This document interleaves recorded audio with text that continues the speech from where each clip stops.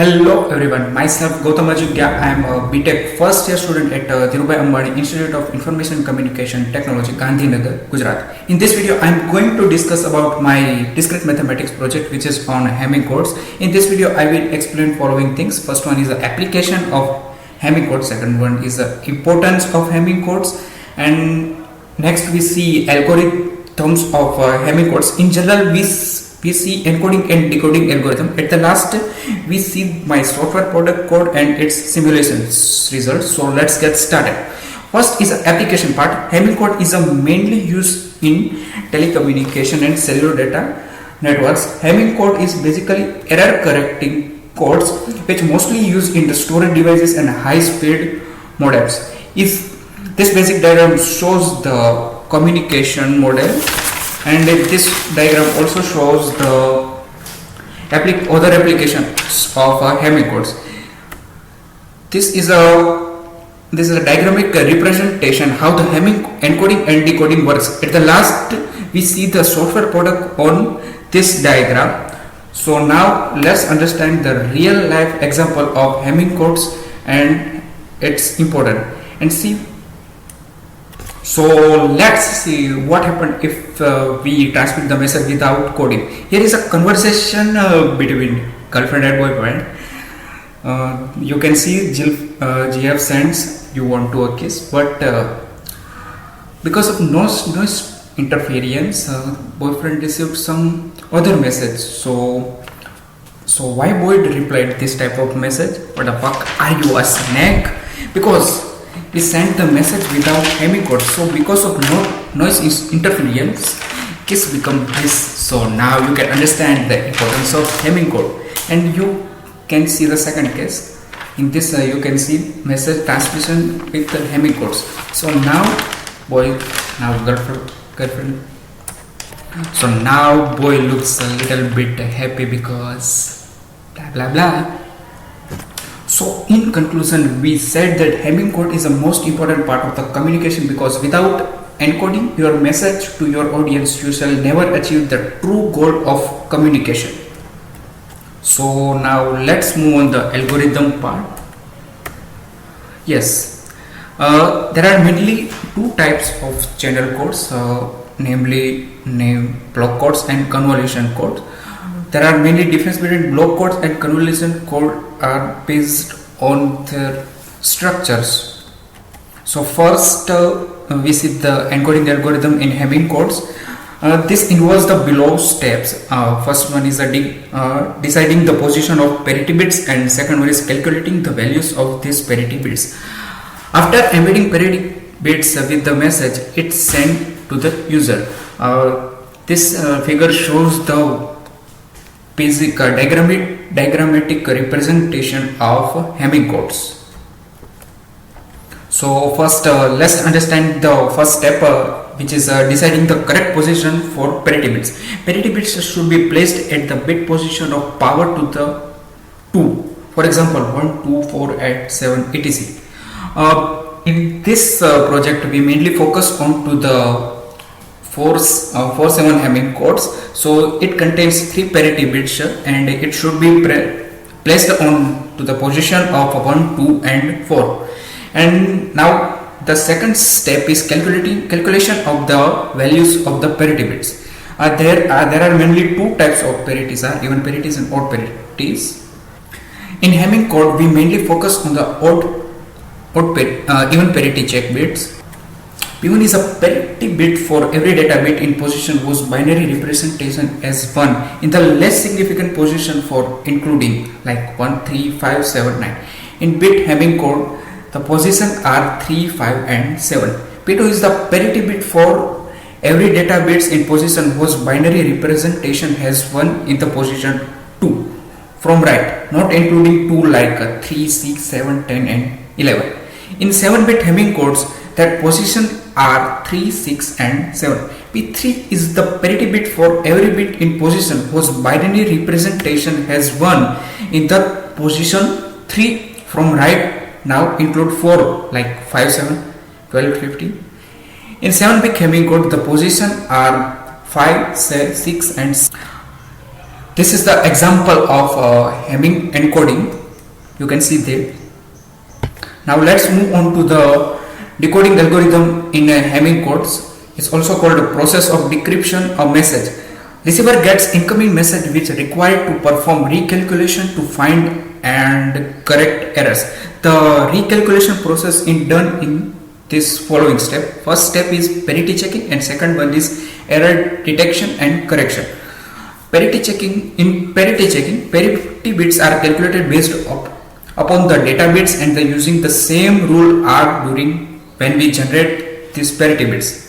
C1 is checking bit. You can also call it checking bit, which is parity 1, 3, 5, 7 and 9 and so on. And in similar ways C2 and C3. Step 2 is error detection and correction step. The decimal equivalent of the parity bit's binary value is calculated. If it is 0, there is a no error. Otherwise, the error decimal value gives bit position which has error. For example, in C1, C2, C3, C4, 1001, it implies that the data bit at position 9 has error. The bit is flipped to get the correct message. So it's all about encoding and decoding algorithms of Hamming codes. So now let's move on to the result of my product, which is a software product that I coded in MATLAB codes. So let's move on. So before we see my product software product code, so let's first see the interpretation significance of solution. We can easily understand the significance of Hamming codes by observing upper MATLAB plot, which I created by performing the simulation process onto my software product of Hamming codes. We next also see my software product code. We can easily observe that how Hamming codes provide such efficient way of data transmission for Hamming coded message. For Hamming coded message, we got less BR, that indicates we have very less amount of error with compared to encoded message bit. You can see this figure. Here BR is ratio of error per bit. This red line shows the sequence of data without encoding, and the blue line shows the data transmission with Hamming codes. You can observe that data and the encoded data are similar plots. So in conclusion, we can say that if we have coded message instead of uncoded message, so our data transmission is very less amount. We have very less amount of error. So it is a very important role of Hamming codes in data transmission. So now we are move on to my software, which is the MATLAB code. So let's move on. So on to the software product of my project. You can see this code, which is coded in MATLAB code. So let's open online MATLAB, which I already opened it. So this is my MATLAB code.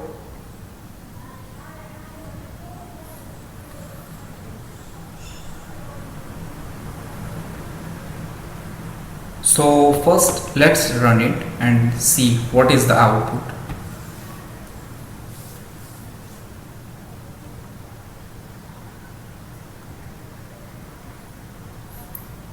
Okay, welcome to this ASIP project on identity, which is author Gautam Dhansukhbhai, who is me. So he is asking to enter a bit, so let's enter 1. Enter. Okay. So this is our randomly generated message, which is in format of, and this is our encoded message in format of P1, P2, M1, P3, M2, M3 and M4. And here is asking for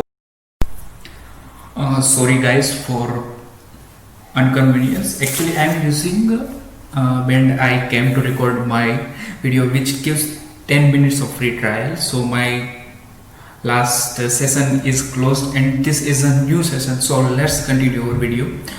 First, we looks communication channel, and I am going to briefly introduce with it. And after that, we analyze our software product code. I control all the channel output with random events. We are not going to discuss more on this channel. We only see which type of error it creates. So you can see the outputs of this channel. Sorry, you can see the diagrammatic representation of these channels. First is a BSC channel, and second one is a BEC channel. BSC stands for binary symmetric channel, and BEC stands for binary eraser channel. In this code, if a random function go beyond the probability of error, then error event occur. In BSC channel, if error event occur, then respective bit will be flipped. That means 0 convert into the 1, and 1 will be convert into 0. In BEC, if error event occur, then the respective bit will be erased. So now let's see the diagrammatic representation of a Gaussian channel.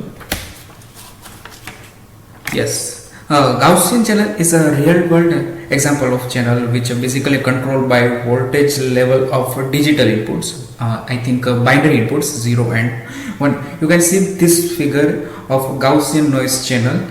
I think that is much information about channels. So now finally we are move on to software program. So let's move. So this is my MATLAB code. So first let's run it. Okay. So it is asking for enter number of bits. So let's enter 2. Okay. You can see this is our randomly generated encoded message, and this is our randomly generated message. So it is asking for choose a channel. So first we see BSC channel, which stands for binary symmetric channel.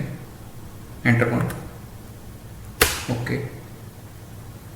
Okay, you can see that this is the output from BSC channel, and let's first check is this any error in this output. So compare with both result. Okay, you can see here we have got one error, and here we have 3 errors. So as we all know that having code is used for 1 bit correct detection and error. So maybe this error can't it find, but this already, I think it already corrected it. So let's move. Okay, you can compare with. So we have got as a 110 as a output. So basically what is our output? Okay, so you can see that 4 bit is contains errors.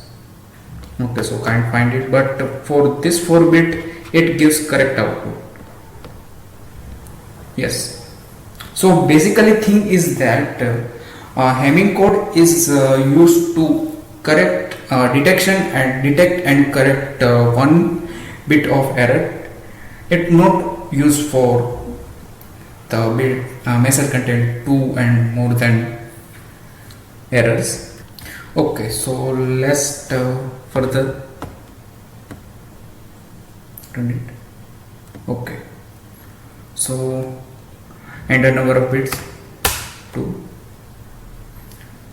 This time we see output of binary eraser channel 2.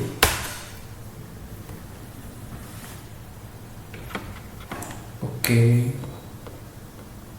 so this is the output from BEC channel. So let's compare with original input. Okay, you can see it correct. We got correct message. Here we have 0001101 and here we also have 0001111. So it's run corrected. So this time our Hamming code detect and correct the error efficient way. Okay, now let's run it for. Okay, so let's run it for Gaussian channel. So he's asking for enter number of bits. So let's enter first 2. Enter. Okay, so now he is asking for choose a channel. Let's enter 3 for Gaussian channel. It stands for Gauss. Okay, so here we get output without parity bits. So let's compare with randomly generated message 0100 and 4 times 1. Okay, so you can see that is get only 1 bit of error because Gaussian channel is a real world example of telecommunication channel. So you can see that we are getting only 1 error, which is we can say that Hamming code is working very efficient way. Okay, so let's move on to the some commercialized viewpoint of this project. Okay, so first in the telecommunication, this software product of Hamming code can be implemented with various digital communication devices like logic gates. This software also can be used in digital devices. This software product provides a basic overview of cellular communication. And the second one is very interesting.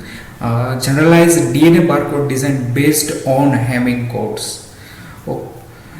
This coding system is unique in this compactness and regarding number of position tag generated in the minimal distance of 3 and higher, as well as its algorithm and correct substitution error. Basically, this want to say that Hamming codes is a very basic type of error detection and correction code, and it's very efficient. So Hamming code can be used in context of DNA coding. We might need a binary code with an even number of bits. For this case, Hamming code suggests adding extra parity position at the end of the code word check all the bits in word. So basically we can see that we can think about that DNA coding. So Hamming codes can be implemented in DNA coding also. You can going to this link and read this general paper. Okay, so thank you for watching this video.